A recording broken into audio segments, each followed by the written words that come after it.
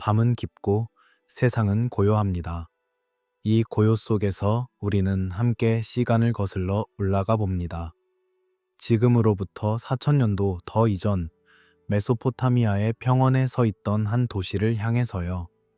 그곳에는 한때 수많은 사람들이 살았고 웃었고 사랑했고 그리고 죽었습니다.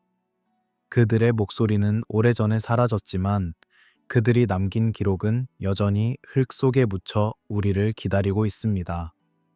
점토로 빚어진 작은 판들, 불에 구워져 단단해진 그 조각들 속에는 한 문명의 기억이, 한 도시의 비극이, 그리고 수천 명의 죽음에 대한 증언이 새겨져 있습니다.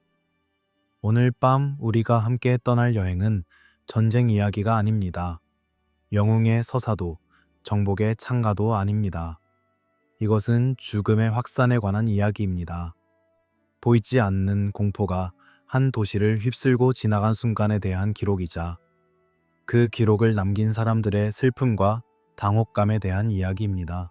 그리고 무엇보다 이것은 인간이 어떻게 재난을 기억하고 기록하며 그 기억을 통해 의미를 찾으려 했는지에 대한 이야기입니다. 편안하게 누워보세요. 눈을 감으셔도 좋습니다.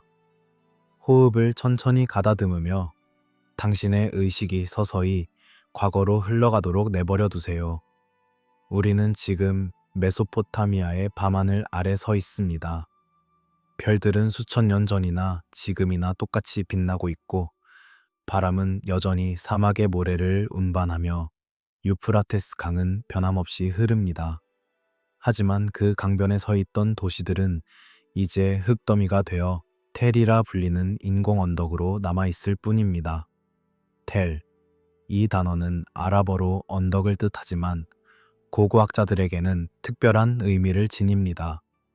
자연적으로 형성된 언덕이 아니라 수천 년에 걸쳐 사람들이 살고 죽고 건물을 짓고 무너뜨리며 쌓아올린 인간 활동의 층입니다.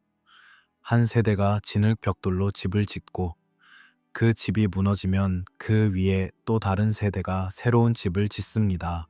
홍수가 마을을 휩쓸고 지나가면 살아남은 사람들은 진흙으로 평평하게 고르고 그 위에 다시 삶을 시작합니다. 전쟁이 도시를 불태우면 사람들은 제 위에 새로운 도시를 씁니다. 그렇게 수백 년, 수천 년이 지나면서 도시는 점점 높아지고 과거는 점점 깊이 묻혀갑니다. 그리고 그 흙 속에는 점토판들이 있습니다. 손바닥만 한 크기에 때로는 그보다 더 작은 이 점토 조각들은 부드러울 때 글자가 새겨지고 불에 구워지거나 햇볕에 말라 단단해졌습니다. 어떤 것들은 의도적으로 구워졌고 어떤 것들은 도시를 삼킨 화재 속에서 우연히 구워졌습니다. 아이러니하게도 도시를 파괴한 불길이 그 도시의 기록을 영원히 보존해준 셈입니다. 이 점토판들은 시간의 봉인과도 같습니다. 파피루스는 썩고 양피지는 부서지고 목재는 재가 되어 사라지지만 불에 구워진 점토는 수천 년을 견뎌냅니다. 쐐기 문자. 이 문자를 처음 보는 사람은 무작위로 찍힌 쐐기 모양의 흔적들이라고 생각할지도 모릅니다. 하지만 자세히 들여다보면 그 안에는 놀라운 질서가 있습니다. 삼각형 모양의 끝을 가진 갈대줄기로 부드러운 점토를 눌러 만든 이 문자들은 마치 새의 발자국처럼 혹은 빗방울이 진흙에 남긴 자국처럼 보이기도 합니다. 각각의 기호는 여러 개의 쐐기로 이루어져 있고 그 쐐기들의 조합과 방향, 깊이가 의미를 만들어냅니다. 서기관이 점토판 위에 갈대를 눌렀다 떼는 리듬, 그 일정하고 반복적인 움직임 속에는 일종의 명상적 특성이 있었을 것입니다. 한 획 또 한 획, 천천히, 조심스럽게 영원히 남을 기록을 새기는 행위. 수메르 문명의 가장 독특한 특성 중 하나는 바로 이것입니다. 그들은 이야기를 들려주기보다 기록을 남겼습니다. 물론 신화와 서사시도 있었지만 수메르 문명을 특징 짓는 것은 무엇보다 행정문서, 회계장부, 법률조문, 계약서, 재판기록, 토지, 대장입니다. 그들은 모든 것을 적었습니다. 누가 얼마만큼의 보리를 받았는지, 어느 들판에 양 몇 마리가 방목되었는지, 어떤 노동자가 며칠 동안 일했는지, 어느 상인이 어디로 가는 배에 무엇을 실었는지, 일상의 가장 사소한 세부까지 점토에 새겨져 보존되었습니다. 그리고 재난도 기록되었습니다. 홍수, 기근, 전쟁, 그리고 질병까지. 오늘날 우리가 고대 우르에서 일어난 비극에 대해 알 수 있는 것은 바로 이 기록 문화 덕분입니다. 4천년이 지난 지금 우리는 그들이 남긴 점토판을 읽을 수 있습니다. 그들의 두려움을, 그들의 슬픔을, 그들이 목격한 죽음의 풍경을 읽을 수 있습니다. 이것은 경이로운 일입니다. 시간이라는 시면을 가로질러 우리는 그들의 목소리를 듣습니다. 비록 그 목소리가 애도의 노래로, 행정문서의 건조한 문장으로, 혹은 신들에게 바치는 탄식으로 우리에게 전해진다 하더라도요. 이제 천천히, 아주 천천히 우리는 그 기록들 속으로 들어갑니다. 이것은 역사 다큐멘터리가 아닙니다. 이것은 기억 속으로의 여행입니다. 당신은 관찰자가 되어 수천 년 전 메소포타미아의 어느 날을, 어느 밤을, 어느 계절을 지켜봅니다. 당신은 우르의 거리를 걷고 지구라트의 그림자 아래 서며 점토판이 쌓인 서고를 지나갑니다. 그리고 서서히 당신은 알아차립니다. 무언가 잘못되고 있다는 것을, 사람들이 죽어가고 있다는 것을, 그리고 아무도 그 이유를 알지 못한다는 것을. 이 이야기는 전쟁이 아닙니다. 이것은 죽음의 확산에 관한 이야기입니다. 기록한다는 것, 기억한다는 것. 인간이 언어를 넘어 문자를 발명한 순간 세상은 완전히 달라졌습니다. 말은 공기 속으로 사라지지만 글자는 남습니다. 이야기는 변형되고 왜곡되지만 기록은 고정됩니다. 수메르 문명은 인류 역사상 최초로 이 힘을 체계적으로 사용한 사회였습니다. 기원전 3200년경 메소포타미아 남부의 도시들에서 어떤 변화가 일어나기 시작했습니다. 사람들은 점토에 간단한 그림을 그리기 시작했습니다. 보리, 이삭, 양, 항아리, 물고기. 이것들은 상형 문자였습니다. 각각의 그림은 구체적인 사물을 나타냈고 그 옆에는 숫자를 표시하는 기호들이 함께 새겨졌습니다. 보리 7섬, 양 20마리, 기름 항아리 5개. 이것은 문학이 아니었습니다. 이것은 회계였습니다. 신전 경제가 복잡해지면서 기억만으로는 모든 것을 관리할 수 없게 되었습니다. 누가 얼마를 받았는지, 무엇이 저장고에 들어왔는지, 어떤 빚이 아직 갚아지지 않았는지, 이 모든 것을 추적하려면 기록이 필요했습니다. 처음에는 단순한 그림과 숫자였지만 시간이 지나면서 이 체계는 점점 더 정교해졌습니다. 상형 문자는 추상화되었고 소리를 나타내기 시작했습니다. 하나의 기호가 사물만이 아니라 음절을 나타낼 수 있게 되면서 표현할 수 있는 것의 범위가 폭발적으로 확장되었습니다. 이제 이름을 쓸 수 있게 되었습니다. 장소를 기록할 수 있게 되었습니다. 그리고 곧 추상적인 개념까지도 표현할 수 있게 되었습니다. 정의, 자유, 사랑, 슬픔. 문자는 회계 도구에서 사유의 도구로 진화했습니다. 법률이 문자로 기록되었습니다. 왕의 업적이 기념비에 새겨졌습니다. 신들에게 바치는 창가가 점토판에 보존되었습니다. 그리고 학교가 생겨났습니다. 에두바, 점토판의 집. 이곳은 수메르의 학교였습니다. 부유한 집안의 소년들이 이곳에 보내져 서기관이 되는 훈련을 받았습니다. 매일 아침 그들은 학교로 향했습니다. 점토판과 갈대, 필기 도구를 들고 스승 앞에 앉아 하루를 시작했습니다. 훈련은 엄격했습니다. 학생들은 먼저 기본적인 쐐기 형태를 연습했습니다. 수백 번, 수천 번, 같은 기호를 반복해서 새겼습니다. 점토는 실수를 용서했습니다. 잘못 쓰면 표면을 다시 매끄럽게 만들어 다시 쓸 수 있었으니까요. 하지만 스승은 실수를 용서하지 않았습니다. 고대 문헌에는 학교에서의 체벌에 대한 기록도 남아 있습니다. 학생이 늦으면 매를 맞았습니다. 글자를 잘못 쓰면 매를 맞았습니다. 허가 없이 말을 하면 매를 맞았습니다. 이것은 가혹해 보이지만 서기관의 역할이 얼마나 중요했는지를 보여주는 증거이기도 합니다. 서기관은 단순히 글을 쓰는 사람이 아니었습니다. 그는 왕의 명령을 기록하고 법률을 보존하며 신전의 재산을 관리하고 역사를 후대에 전달하는 사람이었습니다.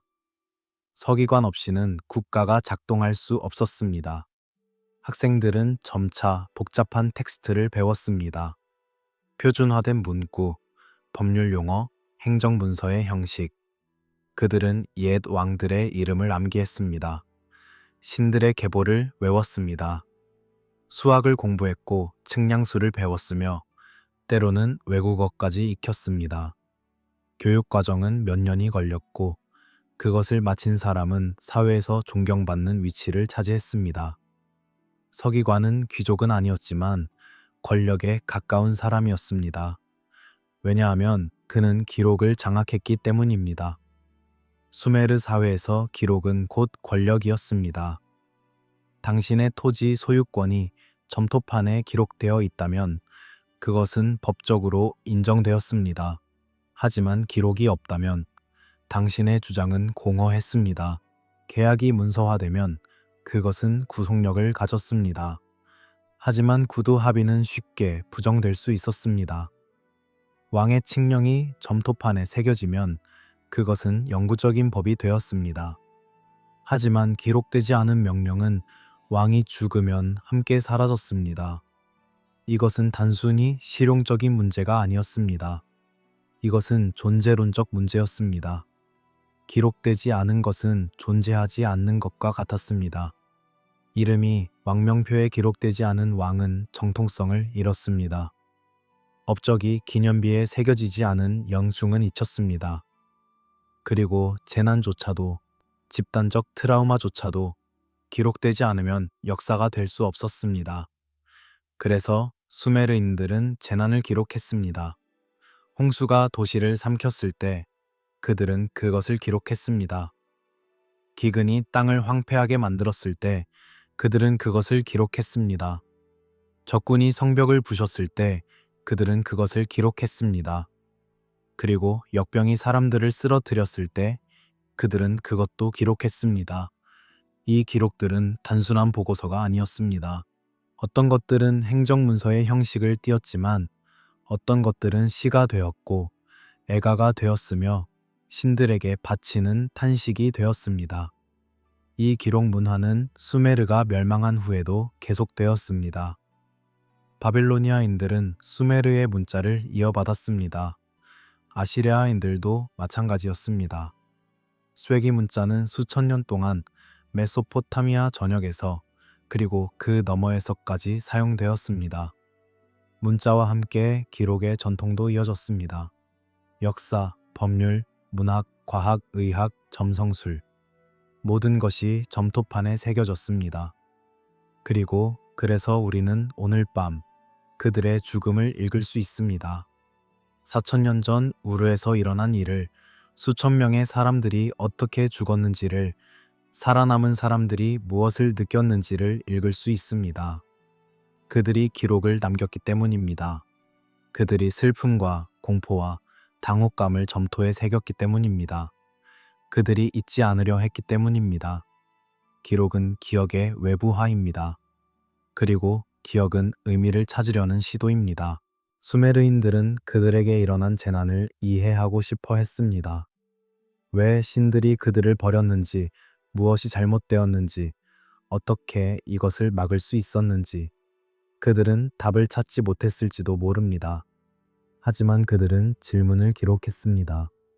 그리고 그 질문은 지금도 우리에게 남아 있습니다. 달빛이 지구라트의 계단을 따라 흐릅니다. 그 거대한 구조물은 평원 위로 솟아올라 있고 꼭대기에는 신전이 있습니다. 난나의 신전, 달의 신을 위한 집, 이것이 우르입니다. 지리적으로 말하자면 우르는 완벽한 위치에 있었습니다. 유프라테스 강 하류, 페르시아만으로부터 그리 멀지 않은 곳에 자리 잡은 이 도시는 강과 바다를 잇는 교역의 중심지였습니다. 북쪽에서 내려오는 강줄기를 따라 곡물과 양모와 금속이 실려왔고 남쪽 바다를 통해서는 인더스 계곡과 페르시아만 연안의 물품들이 들어왔습니다. 청금석, 홍옥수, 목재, 향료, 이국적인 물건들이 우르의 시장을 채웠고 상인들의 목소리가 좁은 골목을 메웠습니다. 강은 생명이었습니다. 유프라테스는 광계 수로를 통해 주변 들판에 물을 공급했고 그 들판에서는 보리와 밀이 자랐습니다. 대추야자 과수원이 있었고 양떼가 풀을 뜯었으며 어부들은 강에서 물고기를 잡았습니다. 하지만 강은 또한 위험이기도 했습니다. 홍수는 예측할 수 없었고 때로는 재앙적이었습니다. 수로가 막히면 들판은 메말랐고 염분이 토양에 축적되어 작물의 수확량을 떨어뜨렸습니다. 수메르 문명은 강의 은총과 저주 사이에서 균형을 잡아야 했습니다. 우르의 중심에는 지구라트가 있었습니다. 이 거대한 계단식 탑은 단순한 건축물이 아니었습니다. 그것은 우주의 축이었고 하늘과 땅을 잇는 통로였으며 신이 지상에 내려와 머무는 장소였습니다. 지구라트는 여러 층으로 이루어져 있었고 각 층은 이전 층보다 작아서 계단처럼 보였습니다. 벽은 진흙 벽돌로 쌓여 있었고 표면은 구운 벽돌로 마감되었으며 때로는 유약을 입힌 타일로 장식되기도 했습니다. 그 꼭대기에는 신전이 있었고 그곳에서 제사장들은 난나에게 제물을 바쳤습니다. 난나, 달의 신, 수메르어로 난나, 아카드어로 신신. 이 신은 우르의 수호신이었고 도시의 정체성과 분리될 수 없었습니다. 달은 시간을 측정하는 기준이었습니다. 초승달부터 보름달까지 그리고 다시 금음달까지의 주기가 한 달을 정의했습니다. 농업사회에서 달력은 필수적이었고 따라서 달의 신은 질서와 예측 가능성의 상징이었습니다. 난나는 또한 지혜와 점술의 신이기도 했습니다. 밤 하늘을 비추는 달빛 아래에서 제사장들은 미래를 읽으려 했습니다. 우르는 또한 죽음의 도시이기도 했습니다. 1920년대 고고학자 레너드 울리는 울에서 발굴 작업을 하던 중 놀라운 발견을 했습니다. 왕묘. 기원전 26세기경으로 추정되는 이 무덤들은 엄청난 부장품과 함께 순장된 사람들의 유골을 담고 있었습니다. 한 무덤에는 70명 이상의 사람들이 왕이나 왕비와 함께 묻혀 있었습니다. 그들은 모두 의례용 복장을 하고 있었고 악기를 든 음악가들, 병사들, 시종들이 포함되어 있었습니다. 독이 든 술잔이 그들 곁에 놓여 있었습니다.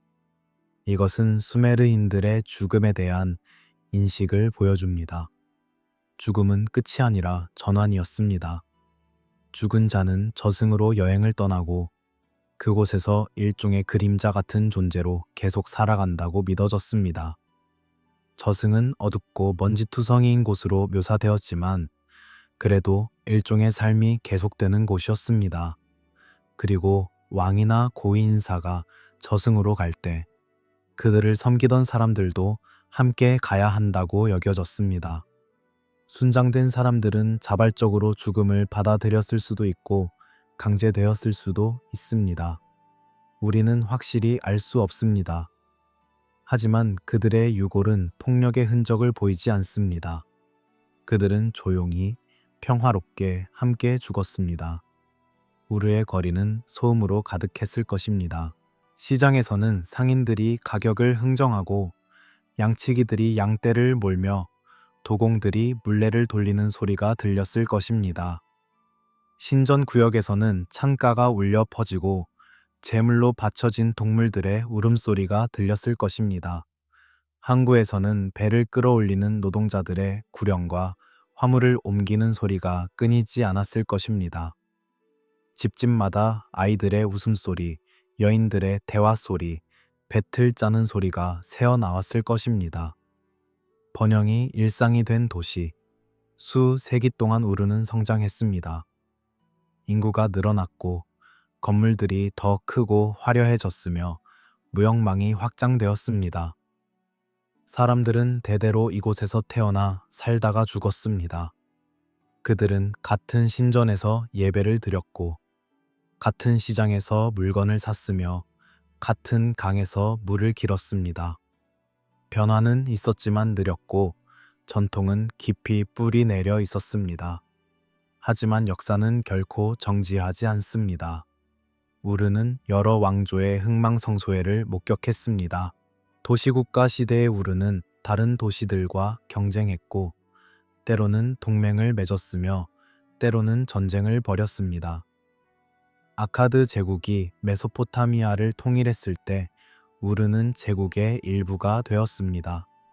그리고 아카드 제국이 붕괴했을 때 우르는 다시 독립을 되찾았습니다. 그리고 기원전 21세기 우르는 다시 한번 위대해질 기회를 맞이했습니다. 우르 제4왕조, 이것이 우르의 마지막 황금기였습니다. 하지만 그 빛은 곧 어둠 속으로 사라질 운명이었습니다. 번영의 정점은 종종 몰락의 전조입니다. 그리고 우르의 사람들은 아직 그것을 알지 못했습니다. 그들은 여전히 달의 신에게 제물을 바쳤고 시장에서 거래를 했으며 아이들에게 옛날 이야기를 들려주었습니다. 그들은 내일도 오늘과 같을 것이라고 믿었습니다. 하지만 지평선 너머에서 무언가 다가오고 있었습니다. 아직 이름을 붙일 수 없는 무언가가. 우르남무. 이 이름은 새로운 시대의 시작을 알렸습니다. 기원전 2582년경 이 왕은 우르를 메소포타미아 최강의 국가로 만들기 위한 야심찬 계획을 시작했습니다. 그는 군사적 정복자이기도 했지만 동시에 개혁가이자 건설자였습니다. 그의 통치 아래 우르는 단순한 도시국가에서 제국의 수도로 변모했습니다. 우르남무의 가장 유명한 업적 중 하나는 법전의 편찬이었습니다. 이것은 현존하는 가장 오래된 법전 중 하나로 함무라비 법전보다 약 3세기 앞섰습니다. 법전은 점토판에 새겨졌고 그 서문에는 왕의 정의로운 통치에 대한 찬양이 담겨 있었습니다. 법 조항들은 구체적이었습니다. 살인, 강도, 간통, 노예 해방, 이혼에 대한 규정들이 명시되어 있었습니다. 중요한 것은 많은 경우 형벌이 응보보다는 배상으로 정해졌다는 점입니다. 눈에는 눈이 아니라 피해에 대한 은으로 계산된 보상이었습니다. 법전은 단순히 범죄와 처벌의 목록이 아니었습니다. 그것은 질서에 대한 비전이었습니다. 사회가 어떻게 조직되어야 하는지, 분쟁이 어떻게 해결되어야 하는지, 약자가 어떻게 보호되어야 하는지에 대한 청사진이었습니다. 법전의 서문은 왕이 고아와 과부를 보호하고 강자가 약자를 억압하지 못하도록 하며 정의를 확립하기 위해 법을 제정했다고 선언합니다. 이것이 실제로 얼마나 실현되었는지는 의문의 여지가 있지만 적어도 이상으로서는 중요했습니다. 우르남무는 또한 대대적인 건설 사업을 시작했습니다. 지구라트가 재건되었고 신전들이 보수되었으며 성벽이 강화되었습니다. 운하가 파이고 도로가 건설되었으며 중개소가 세워졌습니다. 이 도로망은 제국 전역을 연결했고 왕의 사자들과 상인들과 군대가 빠르게 이동할 수 있게 해주었습니다. 표준화된 도량형이 도입되었고 행정체계가 정비되었습니다. 우르남무의 아들 슐기는 아버지의 정책을 계승하고 확대했습니다. 슐기의 치세는 거의 반세기에 걸쳤고 우르 제3왕조의 가장 번영한 시기였습니다. 슐기는 자신을 신격화했습니다. 그는 살아있는 신으로 숭배되었고 그의 이름으로 창가가 작곡되었습니다. 이 창가들에서 슐기는 완벽한 왕으로 묘사됩니다. 강하고 지혜롭고 정의롭고 경건하고 학식 있는 왕.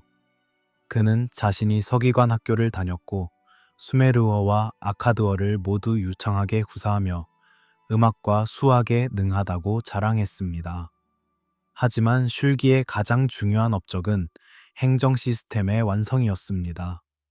우르 제3왕조는 중앙집권적 관료제로 운영되었습니다. 모든 것이 기록되고 추적되고 관리되었습니다. 배급 경제 시스템이 확립되었습니다. 노동자들은 국가를 위해 일하고 그 대가로 보리와 기름과 옷감을 받았습니다. 얼마나 많은 일을 했는지에 따라 배급량이 정해졌고 모든 것이 점토판에 기록되었습니다. 수만 장의 행정문서가 이 시기에서 살아남았습니다. 이 점토판들은 우르 제4왕조의 국가 운영에 대한 놀라운 세부사항을 보여줍니다.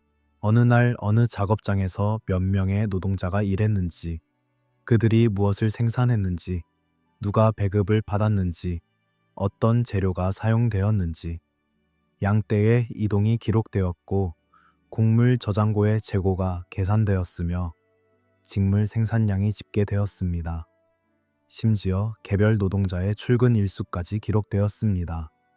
이 시스템은 효율적이었습니다. 자원이 합리적으로 배분되었고 생산이 조직적으로 관리되었으며 인격이 축적되었습니다.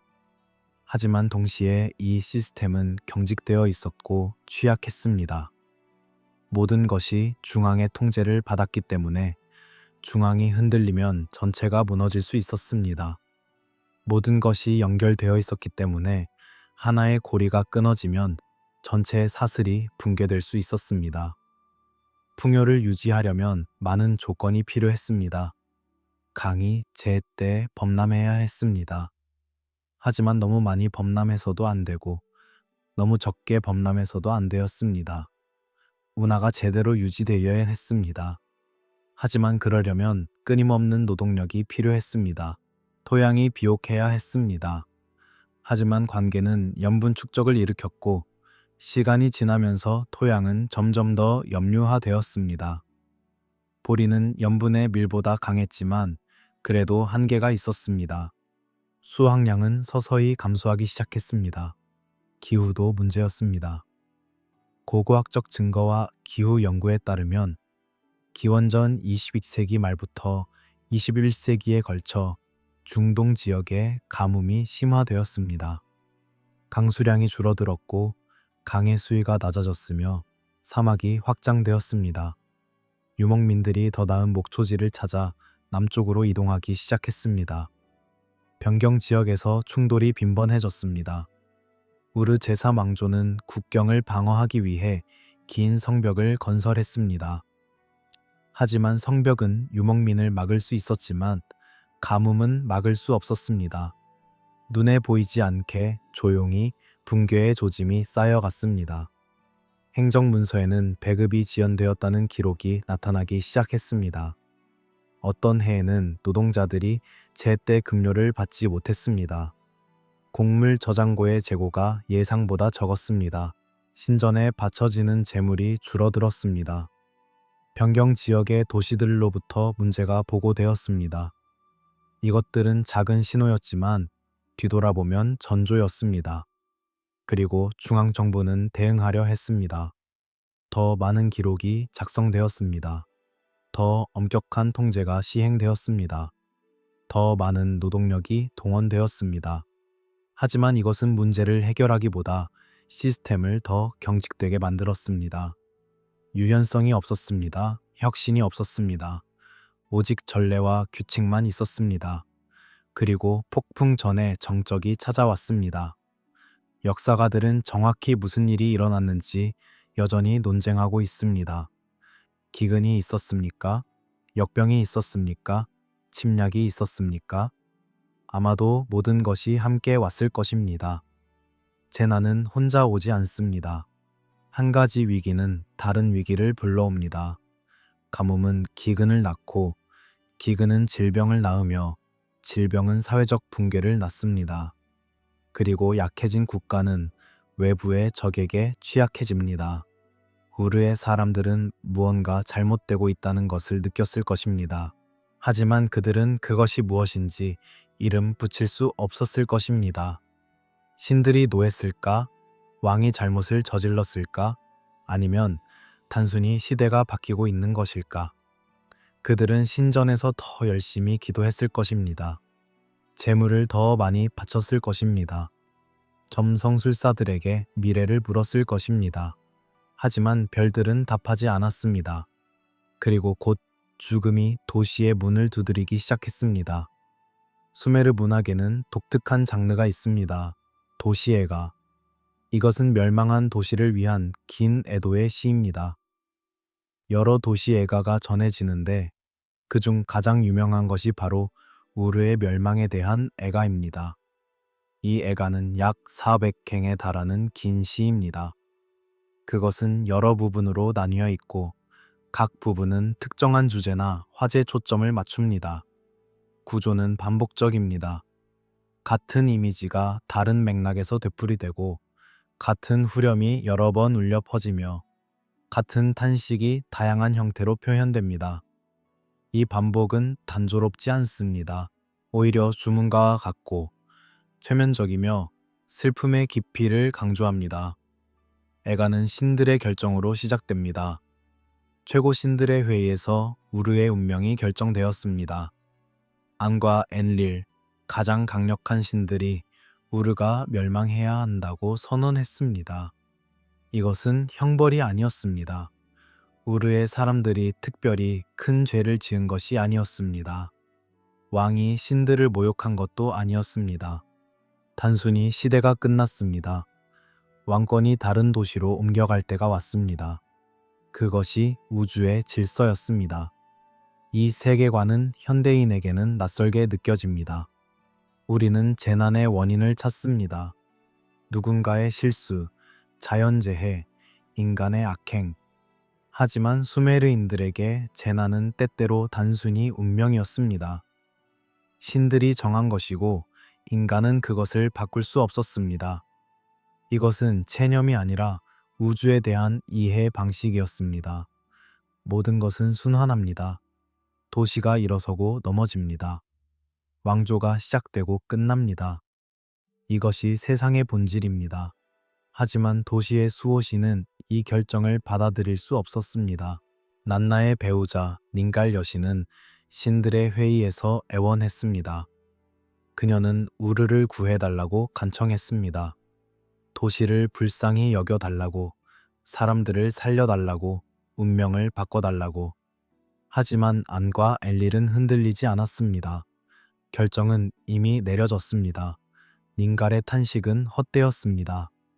애가는 닌갈의 목소리로 많은 부분을 노래합니다. 그녀는 자신의 도시가 파괴되는 것을 지켜봐야 했습니다. 자신의 신전이 불타는 것을, 자신의 백성이 죽어가는 것을 목격해야 했습니다. 그리고 그녀는 아무것도 할 수 없었습니다. 여신임에도 불구하고 그녀는 무력했습니다. 이것은 깊은 비극입니다. 보살펴야 할 사람들을 구할 수 없는 신, 사랑하는 도시를 지킬 수 없는 여신. 닌갈은 우르의 거리를 걸으며 슬퍼합니다. 그녀는 빈 집들을 보고 무너진 벽을 보며 쌓인 시신들을 봅니다. 그녀의 애도는 개인적이면서 동시에 집단적입니다. 그녀는 한 어머니처럼 울지만 동시에 모든 상실을 대변합니다. 도시의 애가는 단순히 한 도시의 파괴에 대한 기록이 아닙니다. 그것은 상실 그 자체에 대한 명상입니다. 돌이킬 수 없는 것, 되찾을 수 없는 것, 영원히 사라진 것에 대한 슬픔입니다. 신화적 언어가 역사적 사건을 감싸고 있습니다. 신들의 결정, 여신의 탄식, 운명의 불가항력성. 이것들은 은유입니다. 하지만 그 은유 뒤에는 실제로 일어난 일이 있습니다. 사람들이 죽었습니다. 많은 사람들이.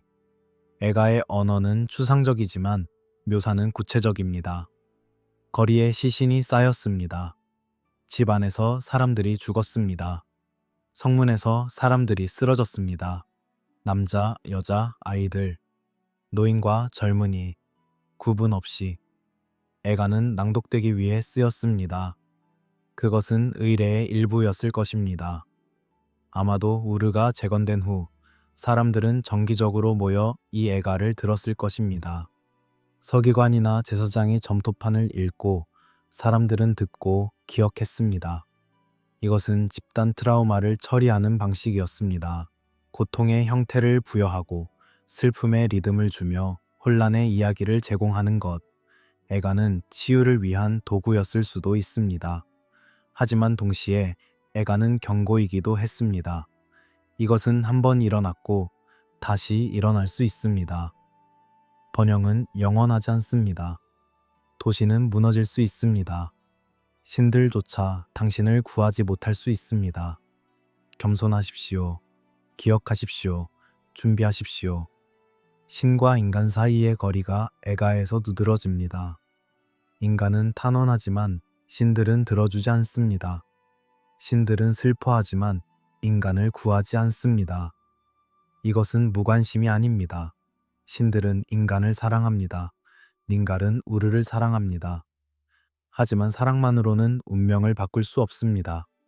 이것은 가혹한 신학이지만 어떤 의미에서는 정직한 신학입니다.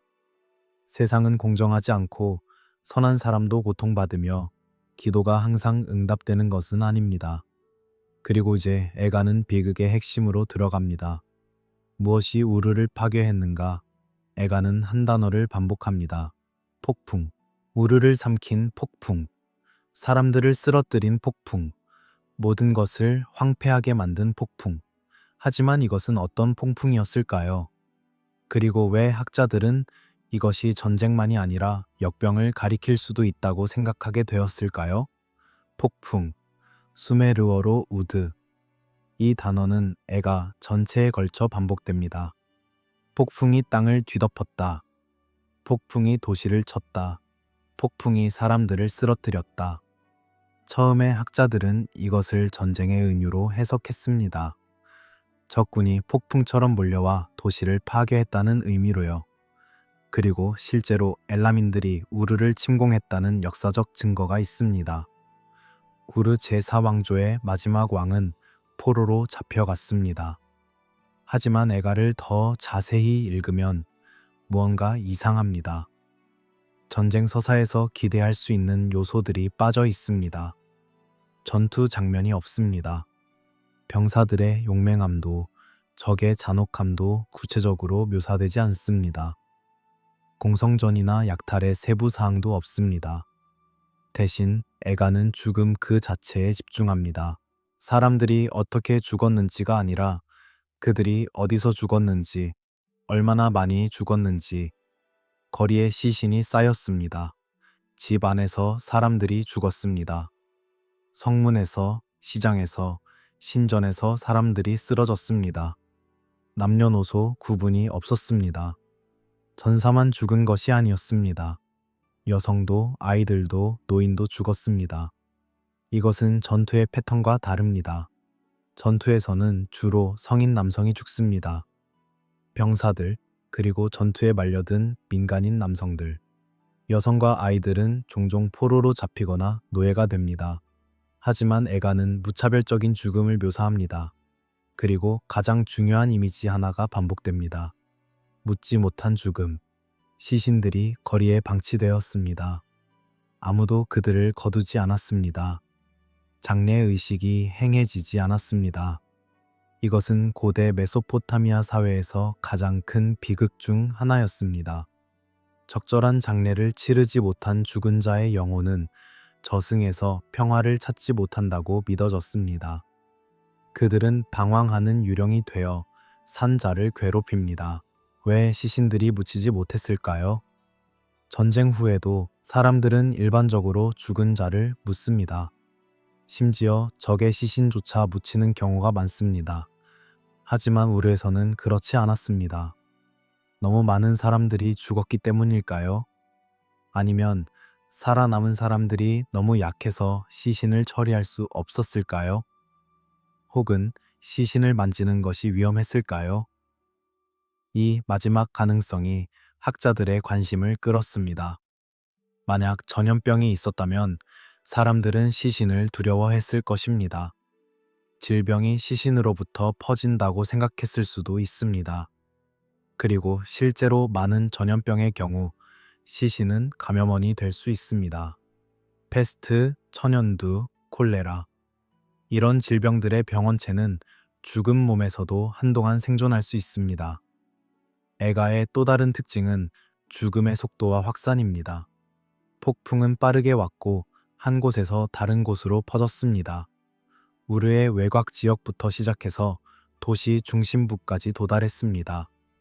이것은 군사적 침공의 패턴과도 맞지만 전염병의 확산과도 일치합니다. 질병은 접촉을 통해 퍼집니다.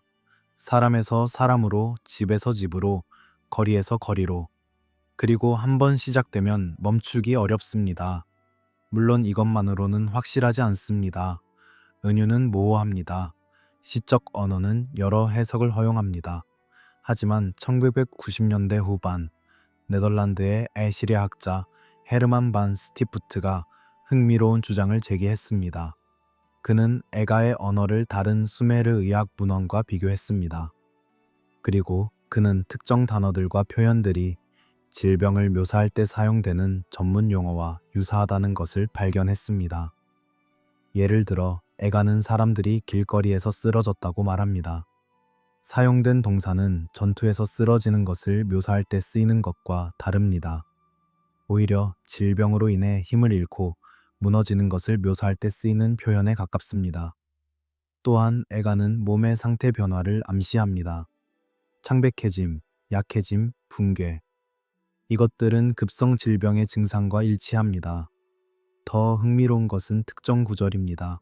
애가는 사람들의 죽음을 묘사하면서 거의 임상적인 용어를 사용합니다. 사망 사례. 이것은 의학 문헌에서 사용되는 표현입니다. 왜 전쟁을 묘사하는 시에서 의학 용어가 나타날까요? 반 스티프트는 이것이 애가의 작가 가질병으로 인한 사망과 전쟁으로 인한 사망을 모두 묘사하려 했기 때문이라고 제안했습니다. 그의 해석에 따르면 우르의 멸망은 단일 사건이 아니었습니다. 그것은 여러 재난의 조합이었습니다. 먼저 역병이 왔습니다. 질병이 도시를 휩쓸었고 많은 사람들이 죽었습니다. 도시는 약해졌습니다. 인구가 감소했고 사회 조직이 붕괴했으며 방어력이 떨어졌습니다.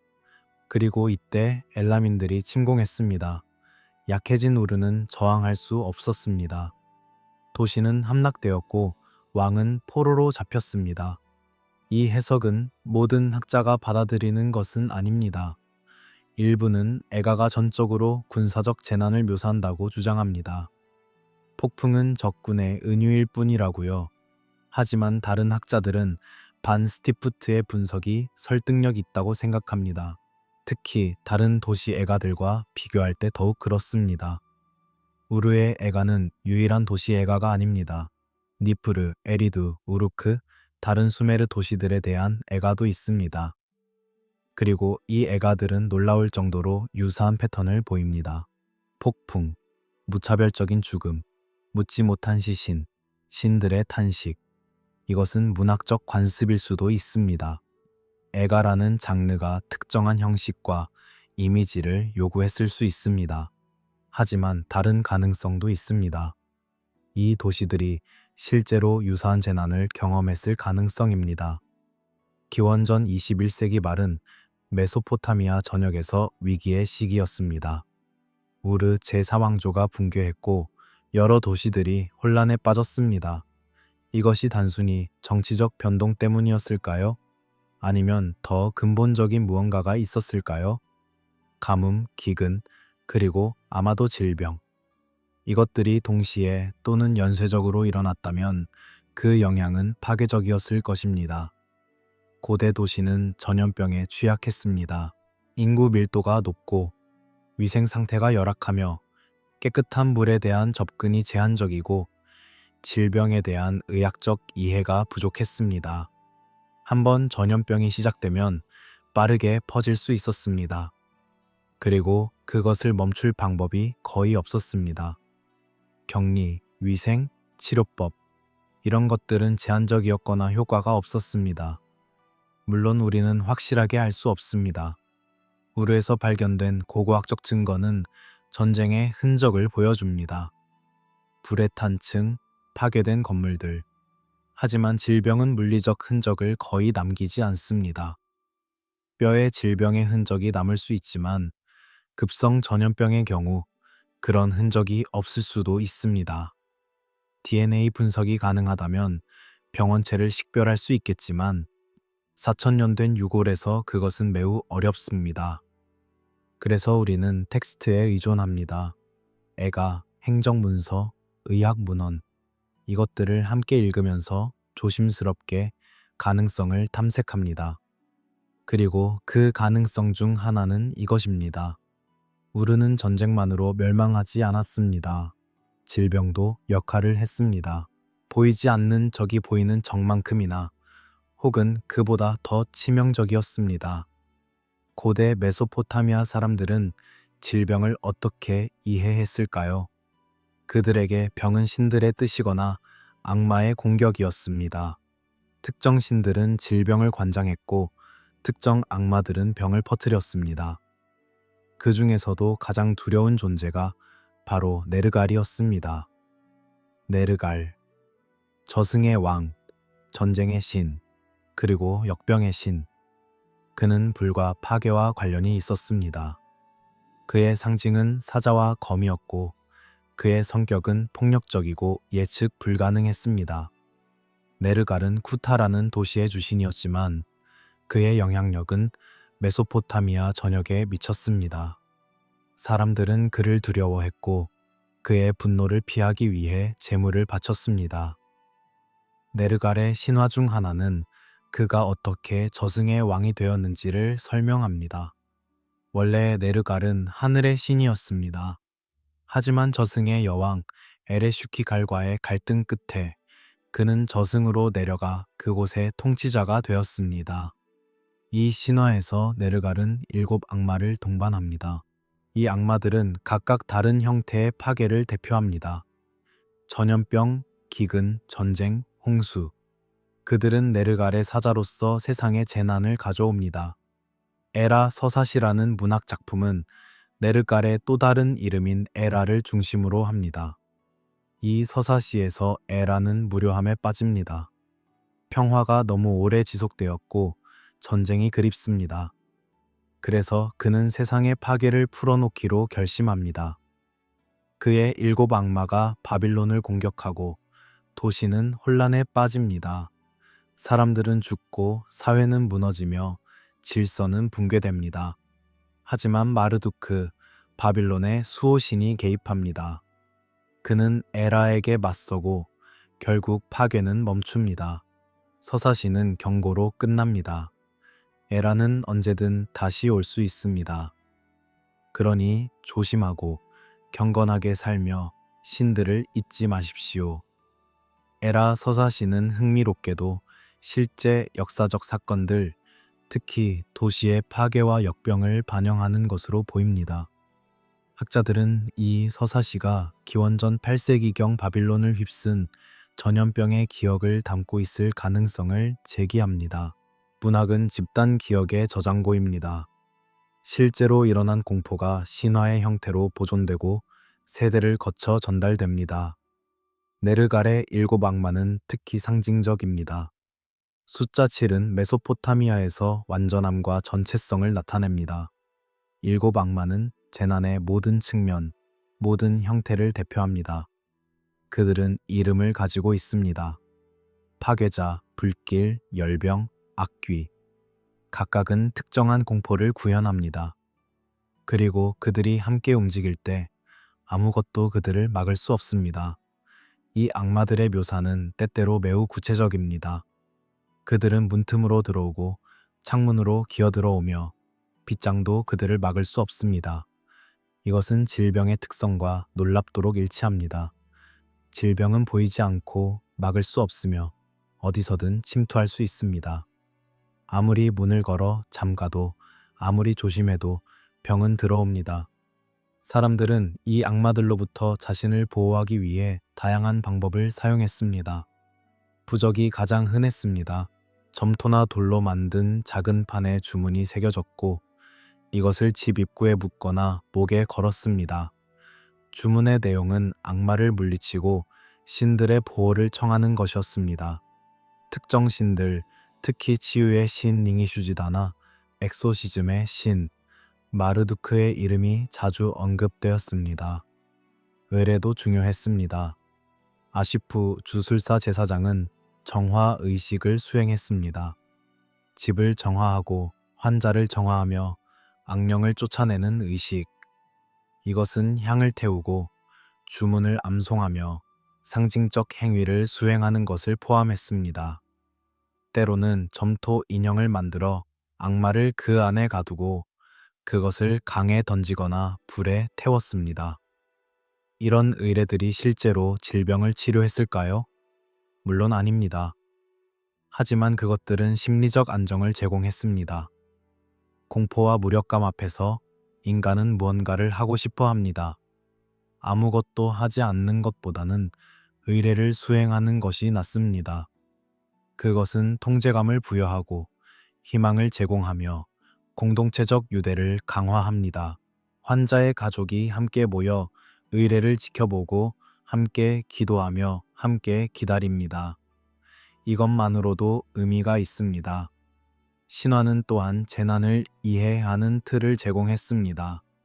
왜 이런 일이 일어났는가? 네르갈이 분노했기 때문입니다. 왜 분노했는가?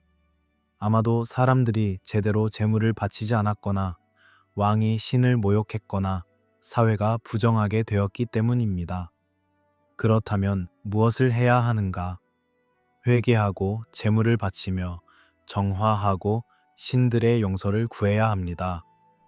이것은 원시적으로 보일 수 있지만 실은 매우 인간적입니다. 우리는 여전히 재난의 의미를 부여하려 합니다. 현대인도 팬데믹이나 자연재해 앞에서 원인을 찾고 책임을 묻으며 교훈을 도출하려 합니다. 우리의 틀이 과학적일 뿐 근본적인 충동은 같습니다. 무작위적인 고통을 받아들이기보다 우리는 그것을 의미 있는 서사로 만들려 합니다. 신화와 현실의 경계는 고대인에게 오늘날만큼 명확하지 않았습니다. 네르갈은 은유가 아니었습니다. 그는 실제했습니다. 악마들은 상징이 아니었습니다. 그들은 정말로 존재했고 정말로 위험했습니다. 질병은 단순히 생물학적 현상이 아니라 영적 공격이었습니다. 따라서 치료도 단순히 신체적일 수 없었습니다. 영적 차원의 대응이 필요했습니다. 그리고 밤이 깊어지면 사람들은 부적을 만지작거리며 잠들었습니다. 아이들은 악마 이야기를 들으며 두려워했지만 동시에 신들이 자신을 지켜준다는 것을 배웠습니다. 환자는 아시프의 주문 소리를 들으며 희망을 품었습니다. 그리고 죽어가는 사람은 자신이 완전히 혼자가 아니라는 것을, 우주적 드라마의 일부라는 것을 알았습니다. 이것이 신화가 주는 위안입니다. 당신의 고통은 무의미하지 않습니다. 그것은 신들의 이야기 속에 자리를 가지고 있습니다. 당신의 죽음은 끝이 아닙니다. 그것은 저승으로의 여행의 시작입니다. 그리고 당신이 사라진 후에도 당신의 이야기는 남습니다. 점토판에, 구전으로, 기억 속에. 하지만 신화만으로는 충분하지 않았습니다. 사람들은 또한 실용적인 해결책을 원했습니다. 그리고 그것을 제공하려 한 사람들이 있었습니다. 아수와 아시프, 의사와 주술사. 아수는 오늘날 우리가 생각하는 의사에 더 가깝습니다. 그는 증상을 관찰하고 진단을 내리며 치료법을 처방했습니다. 물론 고대의 의학은 현대의학과 매우 달랐습니다. 질병의 원인에 대한 이해가 제한적이었고 치료법은 경험적이었으며 성공률은 낮았습니다. 하지만 그럼에도 불구하고 고대 메소포타미아 의학은 놀라울 정도로 체계적이었습니다. 사키쿠라는 의학 문헌 시리즈가 있습니다. 이것은 일종의 진단 매뉴얼입니다. 40개의 점토판으로 이루어져 있고 약 3,000개의 증상과 징후를 나열합니다. 각 항목은 특정 증상을 설명하고 그것이 어떤 질병을 나타내는지, 예후가 어떤지를 말합니다. 형식은 매우 규칙적입니다.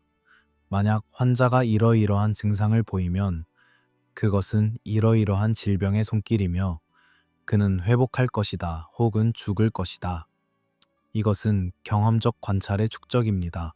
수세기에 걸쳐 의사들은 증상을 기록하고 결과를 추적하며 패턴을 찾아냈습니다.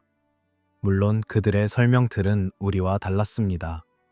질병은 특정 신이나 악마의 공격으로 여겨졌습니다. 하지만 증상 자체의 관찰은 놀랍도록 정확했습니다.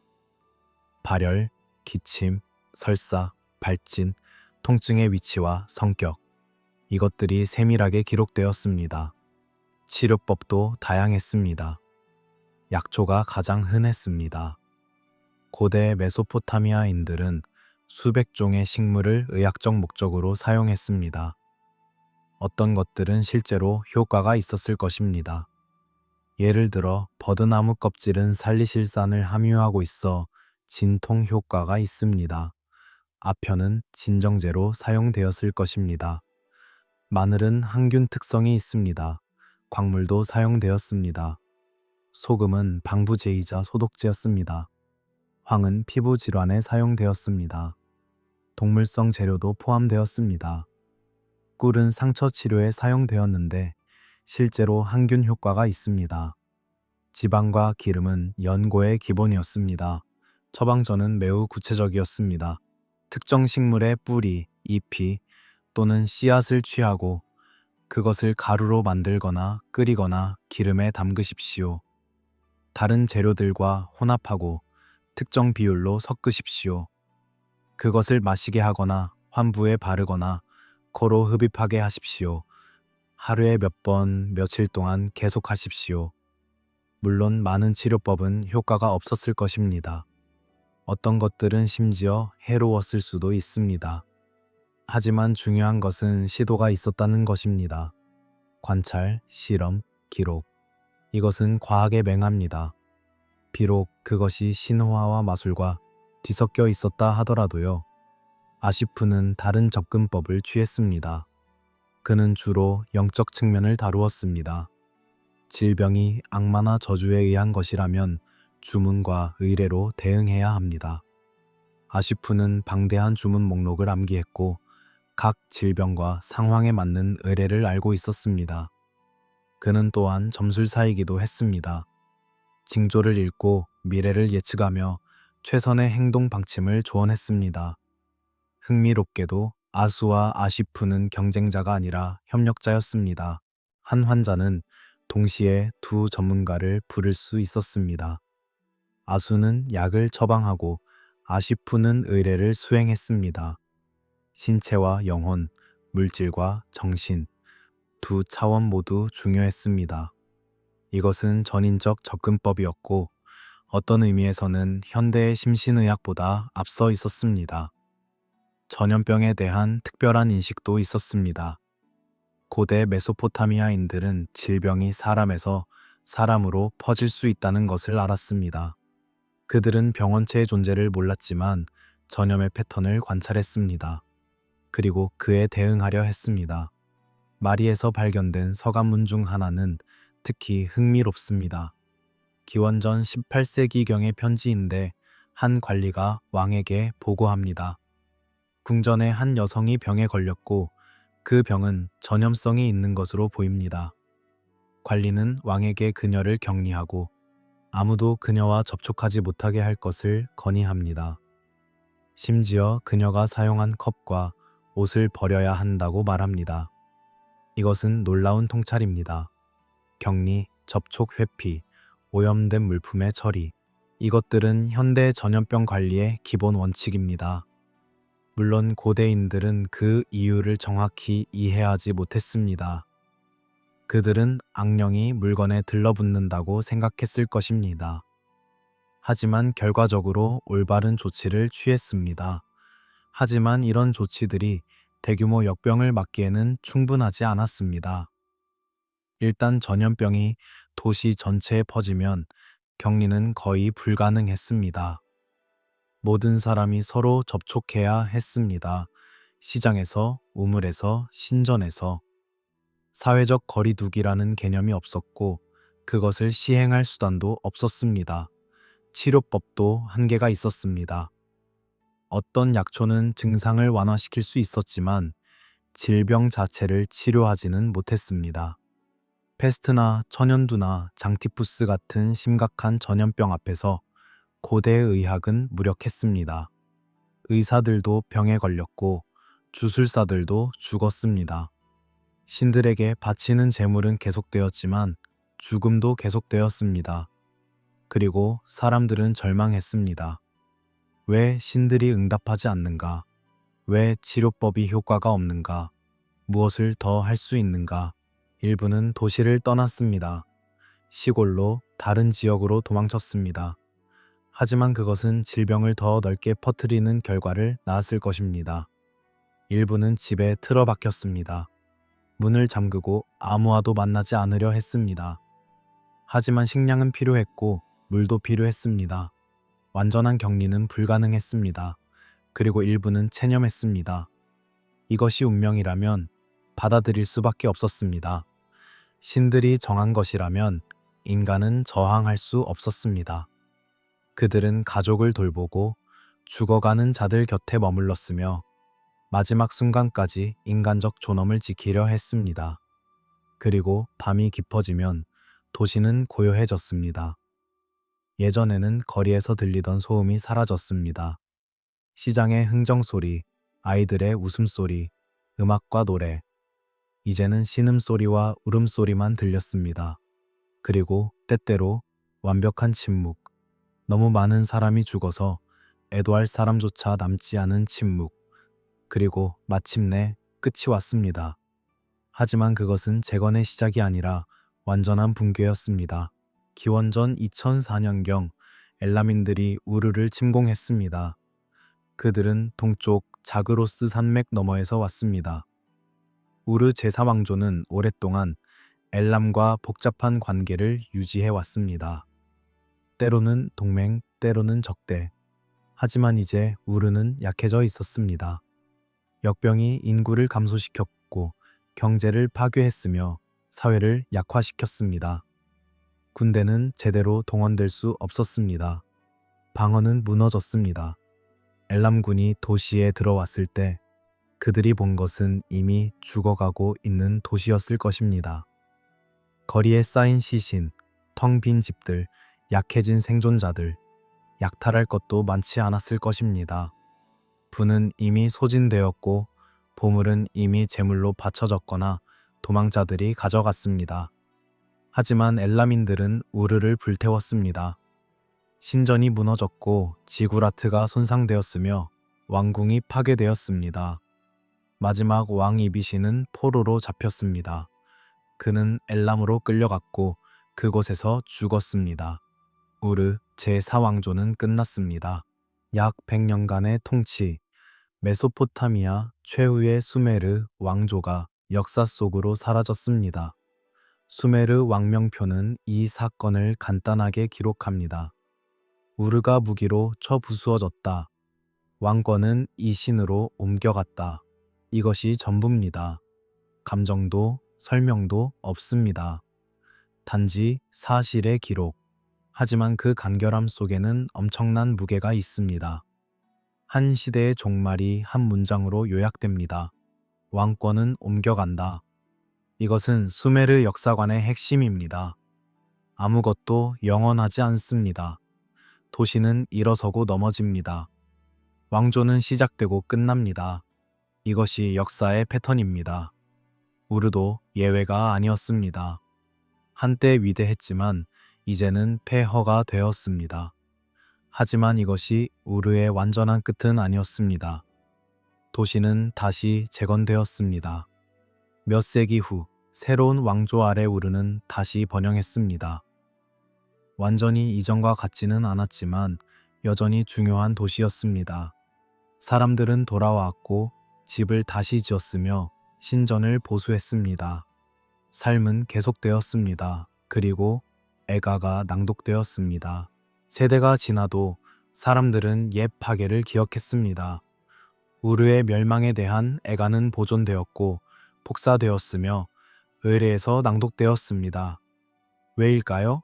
단순히 과거를 애도하기 위해서만은 아니었습니다. 그것은 교훈이었습니다. 애가는 말합니다. 보십시오. 이것이 일어났습니다. 위대한 우르조차 무너졌습니다. 강력한 왕조조차 끝났습니다. 신들조차 도시를 구하지 못했습니다. 그러니 겸손하십시오. 당신의 번영이 영원할 것이라고 생각하지 마십시오. 항상 신들을 공경하고 정의를 행하며 준비하십시오. 이것은 비관적인 메시지가 아닙니다. 오히려 현실적인 지혜입니다. 재난은 올 수 있습니다. 그것을 막을 수 없다면 적어도 기억할 수는 있습니다. 그리고 기억함으로써 우리는 조금 더 나은 준비를 할 수 있습니다. 조금 더 지혜로워질 수 있습니다. 조금 더 회복력 있게 될 수 있습니다. 도시는 사라져도 기록은 남습니다. 이것이 수메르 문명이 우리에게 남긴 가장 위대한 유산입니다. 그들의 건물은 흙으로 돌아갔습니다. 그들의 제국은 붕괴했습니다. 그들의 언어조차 죽은 언어가 되었습니다. 하지만 그들의 기록은 남았습니다. 점토판 불에 구워져 단단해진 그 작은 조각들은 수천 년을 견뎌냈습니다. 그리고 우리는 그것을 읽습니다. 고고학자들이 태를 발굴하고 언어학자들이 쐐기 문자를 해독하며 역사가들이 이야기를 재구성합니다. 4,000년의 침묵을 깨고 우르의 목소리가 다시 들립니다. 애가의 탄식이, 행정문서의 숫자가, 왕명표의 선언이 다시 울려 퍼집니다. 인간 문명의 덧없음과 지속성. 이 역설이 우르의 이야기 전체를 관통합니다. 모든 것은 지나갑니다. 도시, 왕조, 사람들. 하지만 동시에 무언가는 계속됩니다. 기록, 기억, 이야기. 그리고 이것들을 통해 과거는 현재와 대화합니다. 우르의 사람들이 역병으로 죽었을 때 그들은 자신들이 4,000년 후에도 기억될 것이라고 생각했을까요? 아마도 아니었을 것입니다. 그들은 단지 살고 싶었고 가족을 지키고 싶었으며 고통을 이해하고 싶었을 뿐입니다. 하지만 그들의 서기관이 애가를 기록했고 그 점토판이 살아남았으며 우리가 그것을 읽습니다. 그리고 읽으면서 우리는 깨닫습니다. 그들은 우리와 다르지 않았습니다. 그들도 두려워했고 슬퍼했으며 희망했습니다. 그들도 재난을 이해하려 했고 의미를 찾으려 했으며 기억하려 했습니다. 질병의 형태는 달라졌을지 모르지만 인간의 반응은 놀랍도록 일관적입니다. 팬데믹 앞에서 우리도 두려워합니다. 우리도 원인을 찾고 치료법을 개발하며 신들에게는 아니더라도 과학에 희망을 겁니다. 우리도 격리하고 접촉을 피하며 사랑하는 사람을 잃습니다. 그리고 우리도 기록합니다. 통계, 뉴스 기사, 개인적 증언, 미래 세대가 우리를 기억하도록. 역사는 반복되지 않지만 운율을 맞춥니다. 우르의 이야기는 과거의 이야기이지만 동시에 영원한 이야기입니다. 취약성, 회복력, 기억의 이야기, 그리고 모든 것이 무너질 때조차 무언가는 남는다는 이야기. 밤이 깊어지고 이야기는 천천히 침묵 속으로 물러갑니다. 메소포타미아의 평원은 다시 고요해집니다. 별들은 여전히 빛나고 바람은 여전히 불며 유프라테스 강은 여전히 흐릅니다. 하지만 우르는 더 이상 없습니다. 적어도 한때 그랬던 그 화려한 도시로서는요. 오늘날 우르의 유적은 이라크 남부 사막에 있습니다. 지구라트의 일부가 재건되었고 관광객들이 가끔 방문합니다. 하지만 대부분의 시간 그곳은 비어 있습니다. 고요하고 황량하며 잊혀진 듯합니다. 바람이 모래를 날리고 햇빛이 오래된 벽돌을 듭니다. 그리고 밤이 되면 달이 뜹니다. 낮나의 달, 여전히 하늘을 가로지르며 이제는 신전도 제사장도 창하도 없는 도시를 비춥니다. 하지만 기록은 남아 있습니다. 전 세계 박물관과 대학의 서계, 수만 장의 점토판이 보관되어 있습니다. 행정문서, 법률 조문, 의학 문헌, 그리고 애가, 학자들은 계속해서 그것들을 연구합니다. 새로운 해석을 제시하고 새로운 연결을 발견하며 새로운 이야기를 들려줍니다. 그리고 우리는 듣습니다. 우리는 수천 년 전 사람들의 목소리에 귀 기울입니다. 그들의 기쁨과 슬픔, 그들의 지혜와 두려움, 그들의 삶과 죽음. 우리는 그들로부터 배웁니다. 역사적 사실뿐만 아니라 인간 조건에 대한 통찰을요. 우르의 역병은 우리에게 무엇을 말합니까? 아마도 이것입니다. 재난은 예측할 수 없습니다. 강력한 문명도 취약할 수 있습니다. 신들도 왕들도 의사들도 항상 우리를 구할 수는 없습니다. 하지만 그럼에도 불구하고 인간은 계속됩니다. 우리는 재건하고 기억하며 이야기를 전합니다. 그리고 이야기 속에서 죽은 자들은 다시 살아납니다. 우르의 사람들은 육신으로는 사라졌지만 기억 속에서는 여전히 존재합니다. 그들의 이름은 점토판에 새겨져 있고 그들의 슬픔은 액에 보존되어 있으며 그들의 경험은 우리의 교훈이 되었습니다. 이것이 기록의 힘입니다. 이것이 기억의 의미입니다. 우리는 모두 언젠가 죽을 것입니다. 우리가 사랑하는 사람들도 우리가 건설한 것들도 결국 사라질 것입니다. 하지만 우리가 남긴 이야기는, 우리가 기록한 경험은, 우리가 전달한 지혜는 계속될 수 있습니다. 그리고 그것을 통해 어떤 의미에서 우리는 영원해집니다. 당신은 이제 아주 평온하고 고요한 곳에 있습니다. 메소포타미아의 밤은 당신을 감싸고 고대의 별빛이 당신을 비춥니다. 우르의 이야기는 당신 안에 머물지만 그것은 더 이상 무겁지 않습니다. 그것은 단지 기억일 뿐입니다. 슬프지만 아름다운, 비극적이지만 의미 있는 기억. 그리고 당신은 휴식을 취할 수 있습니다. 과거는 과거이고 현재는 평화롭습니다. 미래는 불확실하지만 지금 이 순간 당신은 안전합니다. 편안합니다. 고요합니다. 호흡이 느려집니다. 몸이 이완됩니다. 생각이 표류하기 시작합니다. 우르의 이미지들이 꿈의 이미지들과 섞입니다. 지구라트가 구름이 되고 애가가 자장가가 되며 점토판이 베개가 됩니다. 그리고 당신은 잠듭니다. 깊고 평화로운 잠에 빠져듭니다. 꿈속에서 당신은 시간을 여행할 수도 있습니다. 과거의 도시를 걸을 수도, 별이 빛나는 메소포타미아의 하늘을 올려다볼 수도 있습니다. 혹은 아무 꿈도 꾸지 않을 수도 있습니다. 단지 어둠과 고요와 휴식만 있을 뿐, 어느 쪽이든 괜찮습니다. 당신은 지금 필요한 것을 얻을 것입니다. 이야기는 끝났지만 당신의 밤은 계속됩니다. 그리고 아침이 오면 당신은 새롭게 깨어날 것입니다. 역사는 우리에게 교훈을 줍니다. 하지만 또한 위안도 줍니다. 우리가 경험하는 것, 우리가 두려워하는 것, 우리가 슬퍼하는 것은 새로운 것이 아닙니다. 수천 년 전 사람들도 같은 것을 경험했습니다. 그들은 살아남았거나 살아남지 못했습니다. 하지만 그들의 이야기는 남았습니다. 그리고 그것은 우리에게 말합니다. 당신은 혼자가 아닙니다. 인간의 경험은 시공간을 초월하여 연결되어 있습니다. 우르의 사람들은 오래전에 죽었지만 그들의 인간성은 여전히 우리와 함께 있습니다. 그들이 느낀 사랑, 두려움, 희망은 우리가 느끼는 것과 같습니다.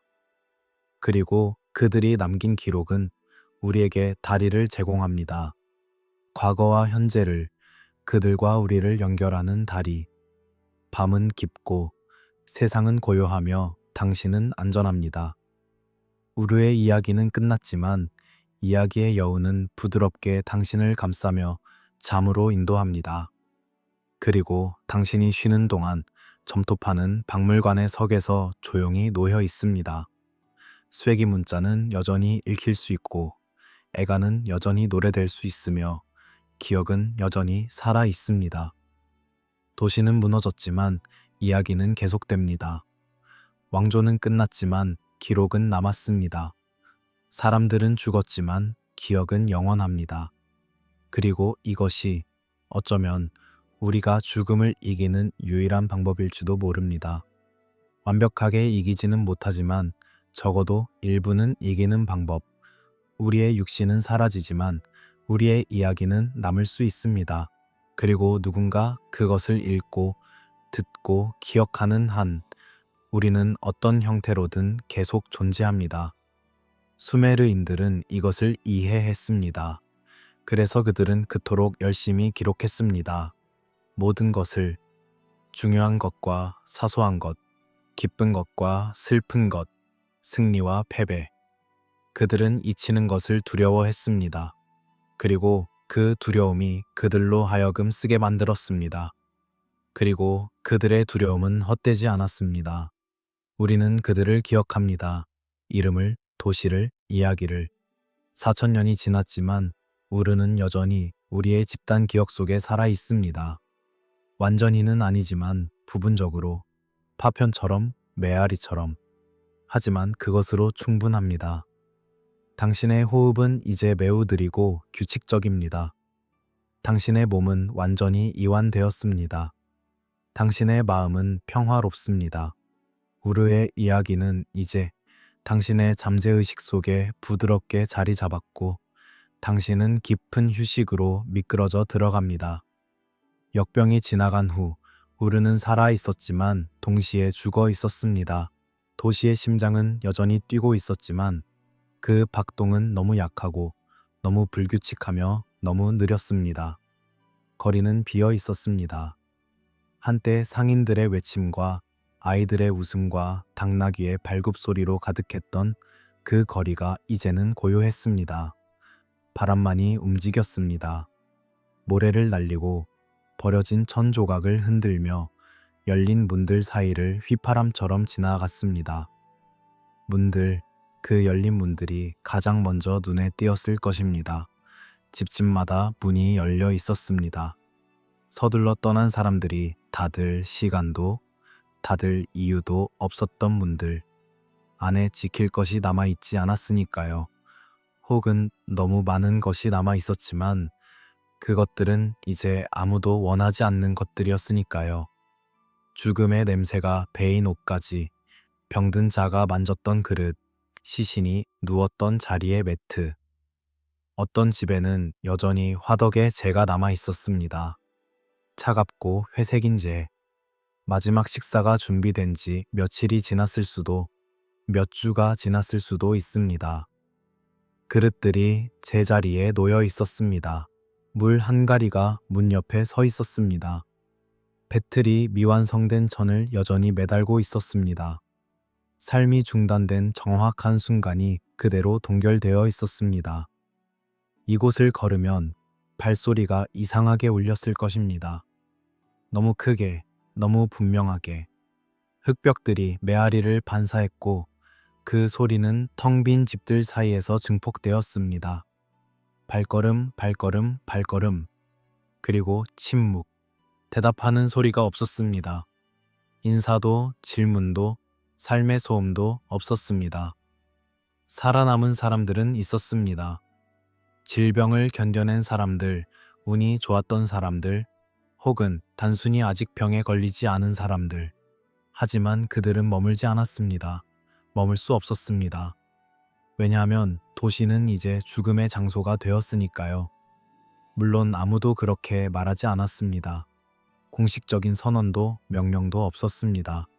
하지만 모두가 알았습니다. 묻지 못한 시신들이 여전히 거리에 있었습니다. 어떤 것들은 집 안에, 어떤 것들은 골목에, 어떤 것들은 성문 근처에 햇볕과 시간이 그것들을 변화시키고 있었습니다. 냄새가 있었고 파리들이 있었으며 질병이 다시 돌아올 수 있다는 두려움이 있었습니다. 그리고 더 근본적인 무언가가 깨졌습니다. 도시를 도시로 만드는 것, 즉 사람들 사이의 신뢰와 연결이 붕괴되었습니다. 역병 동안 사람들은 서로를 피했습니다. 이웃이 병들면 당신은 그들을 돕지 않았습니다. 도울 수 없었습니다. 가까이 가는 것은 자신과 가족을 위험에 빠뜨리는 것이었습니다. 그래서 사람들은 문을 걸어 잠그고 귀를 막았으며 신음소리를 무시하려 했습니다. 이것이 남긴 상처는 육체적인 것만이 아니었습니다. 도덕적이고 사회적이며 영적인 상처였습니다. 당신은 이웃이 죽어가는 것을 들었지만 아무것도 하지 않았습니다. 당신은 친구의 집 앞을 지나가며 그 안에 시신이 있다는 것을 알았지만 들어가지 않았습니다.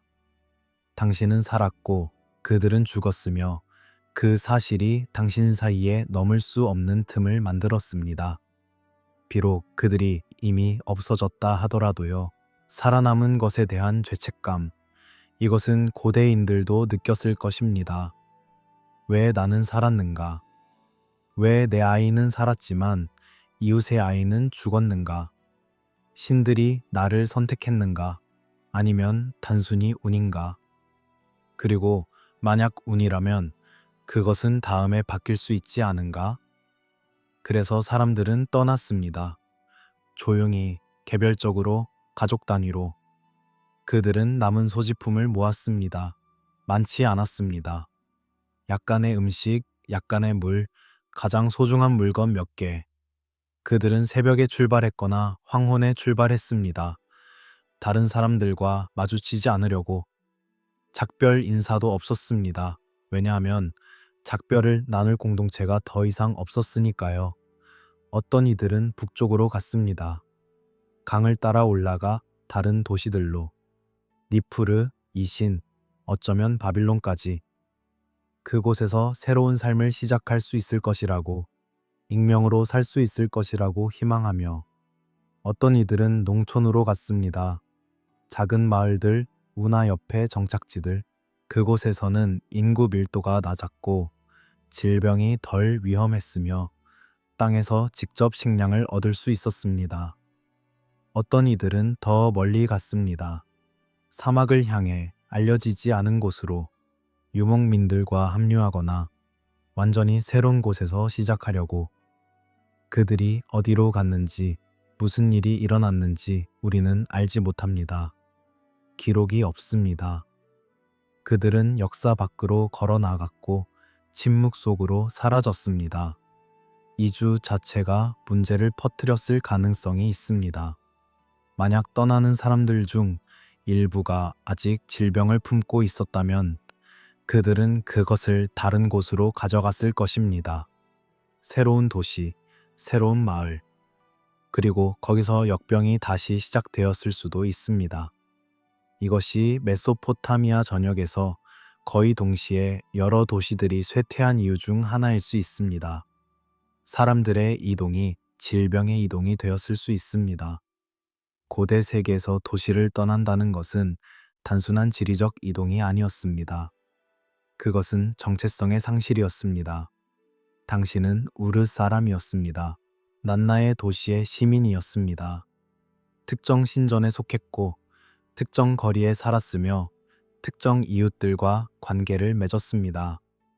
그 모든 것이 당신이 누구인지를 정의했습니다.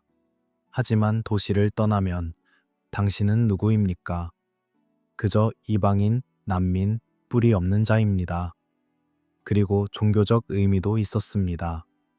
신들은 장소에 묶여 있었습니다.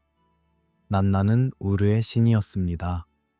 그의 힘은 그의 신전에서, 그의 도시에서 가장 강했습니다. 만약 당신이 우르를 떠난다면 당신은 난나의 보호도 떠나는 것입니까? 새로운 곳에서 당신은 낯선 신들 아래 있을 것입니다. 그들이 당신을 받아줄까요? 아니면 당신을 침입자로 볼까요? 이런 질문들이 떠나는 사람들의 마음을 무겁게 했을 것입니다. 각 발걸음은 의심으로 무거웠습니다. 각 뒤돌아보기는 고통이었습니다. 그들은 지구라트를 보았습니다. 점점 작아지는, 하지만 여전히 지평선 위에 솟아있는 계단식 탑을.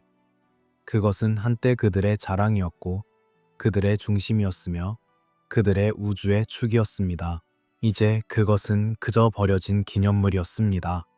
끝난 시대의 묘비였습니다.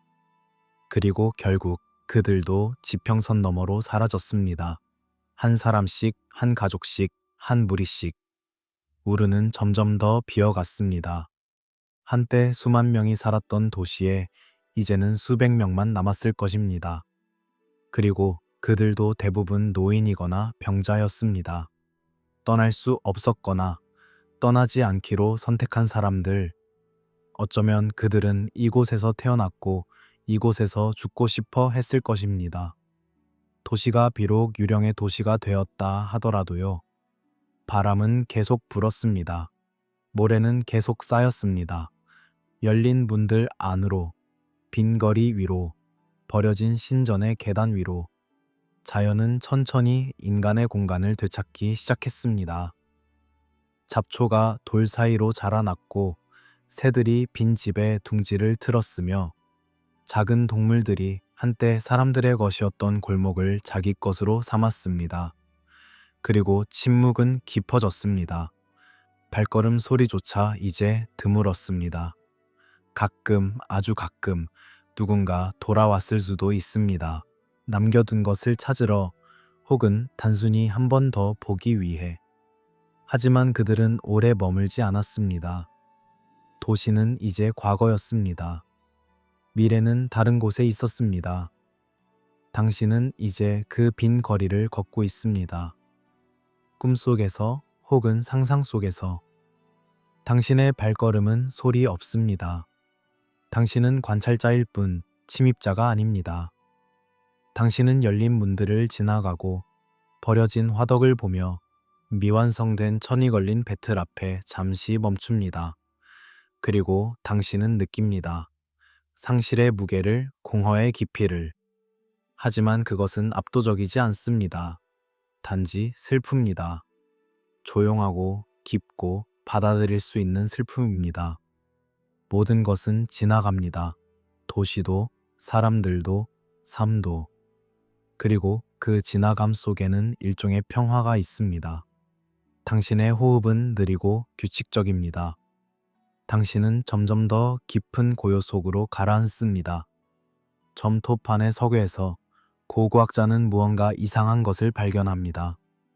날짜의 연속성이 갑자기 끊깁니다. 행정문서들이 규칙적으로 이어지다가 어느 순간 멈춥니다. 한 달의 기록이 있고 다음 달의 기록이 있으며 그 다음 달의 기록이 있습니다. 그리고 그 다음은 아무것도 없습니다. 배급 명부가 있습니다. 노동자들의 이름, 그들이 받은 보리의 양, 그들이 일한 날짜. 깔끔하고 체계적입니다. 한 달, 두 달, 세 달. 그리고 네 번째 달은 시작되지만 완성되지 않습니다. 몇 개의 항목만 있고 나머지는 공백입니다. 다섯 번째 달은 아예 없습니다. 여섯 번째 달도 일곱 번째 달도 없습니다. 세금 기록이 있습니다. 어느 들판에서 얼마만큼의 수확이 있었는지, 얼마가 신전에 바쳐졌는지, 얼마가 왕의 창고로 갔는지. 숫자들이 열을 이루고 계산이 정확하며 서기관의 서명이 끝에 찍혀 있습니다. 한 해, 또 한 해. 그리고 세 번째 해는 시작되지만 끝나지 않습니다. 봄에 수확이 기록되어 있습니다. 하지만 여름은 없고 가을도 없으며 겨울도 없습니다. 재판 기록이 있습니다.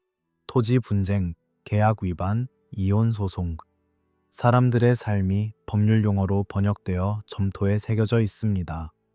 날짜가 명시되어 있고 증인들의 이름이 나열되어 있으며 판결이 선언되어 있습니다.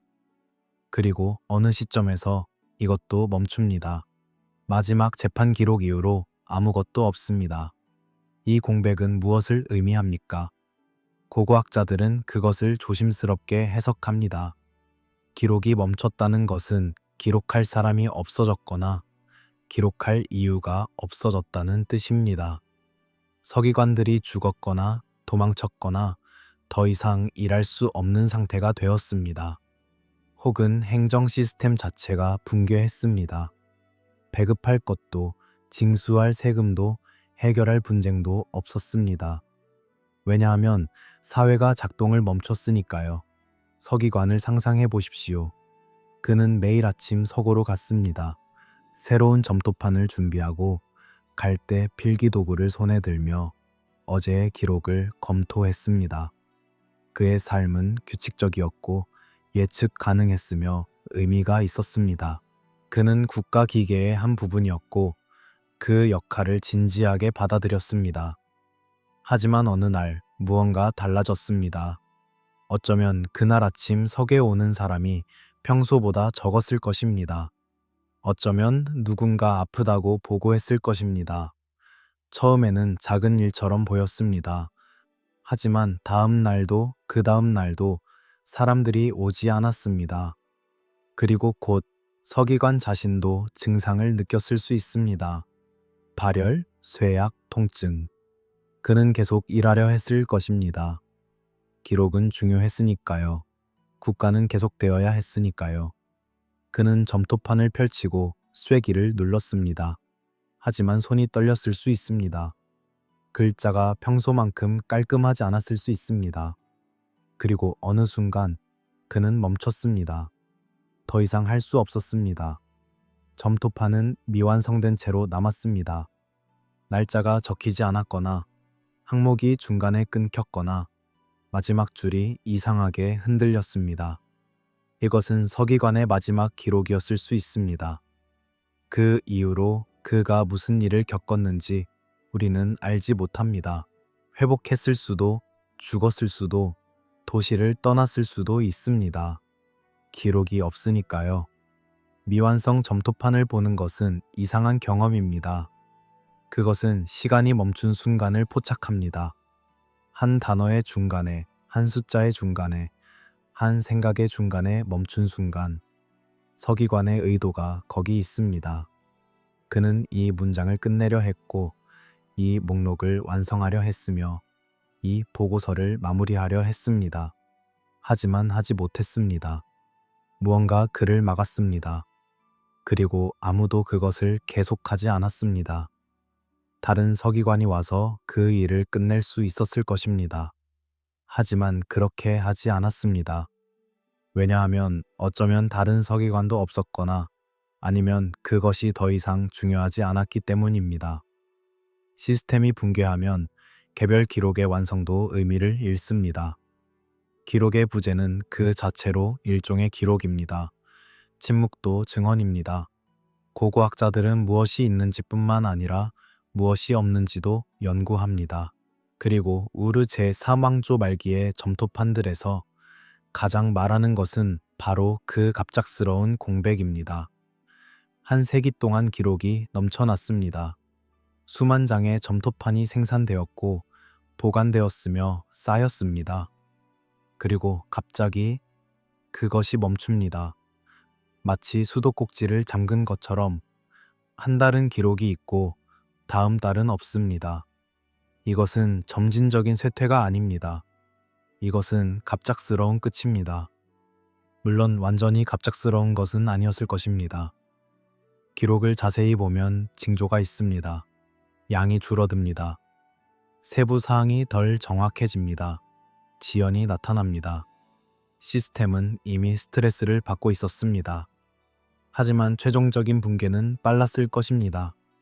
몇 주, 어쩌면 며칠 만에 작동하던 행정기구가 완전히 멈췄을 것입니다. 이것을 이해하려면 기록이 우르 제3왕조에서 얼마나 중심적이었는지 기억해야 합니다. 국가는 기록 위에 세워졌습니다. 배급 경제는 정확한 회계 없이는 작동할 수 없었습니다. 누가 무엇을 받았는지, 누가 무엇을 빚졌는지, 무엇이 어디에 저장되어 있는지, 이 모든 정보가 점토판에 있었습니다. 기록이 멈추면 시스템도 멈춥니다. 노동자들은 배급을 받지 못합니다. 왜냐하면 누가 얼마를 받아야 하는지 아무도 모르니까요. 세금은 징수되지 않습니다. 왜냐하면 누가 얼마를 빚졌는지 기록이 없으니까요. 분쟁은 해결되지 않습니다. 왜냐하면 법원이 작동하지 않으니까요. 그리고 곧 국가라는 개념 자체가 의미를 잃습니다. 마지막으로 눌린 쐐기 문자를 상상해 보십시오. 갈대가 부드러운 점토에 압력을 가하고 삼각형 모양의 자국을 남깁니다.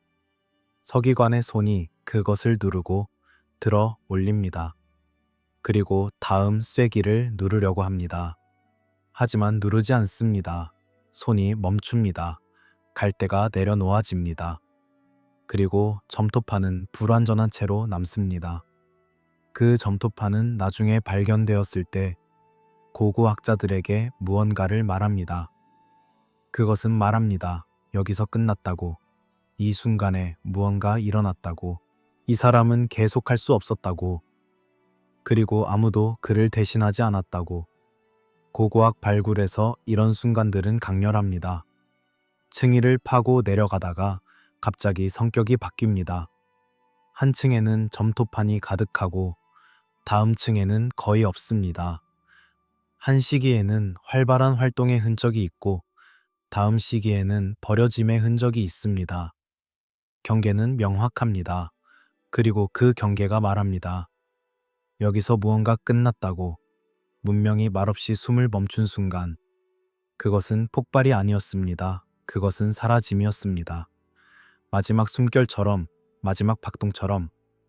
그리고 그 후에는 침묵, 깊고 완전하며 절대적인 침묵. 당신은 이제 그 침묵 속에 있습니다. 서고의 어둠 속에, 점토판들 사이에. 당신은 미완성된 기록들을 봅니다. 끝나지 않은 문장들을, 채워지지 않은 공백들을. 그리고 당신은 느낍니다. 종말이 어떻게 오는지를 큰 소리가 아니라 작은 멈춤으로, 마지막 외침이 아니라 사라지는 속삭임으로. 당신의 의식은 더 깊이 가라앉습니다. 더 조용한 곳으로, 더 어두운 곳으로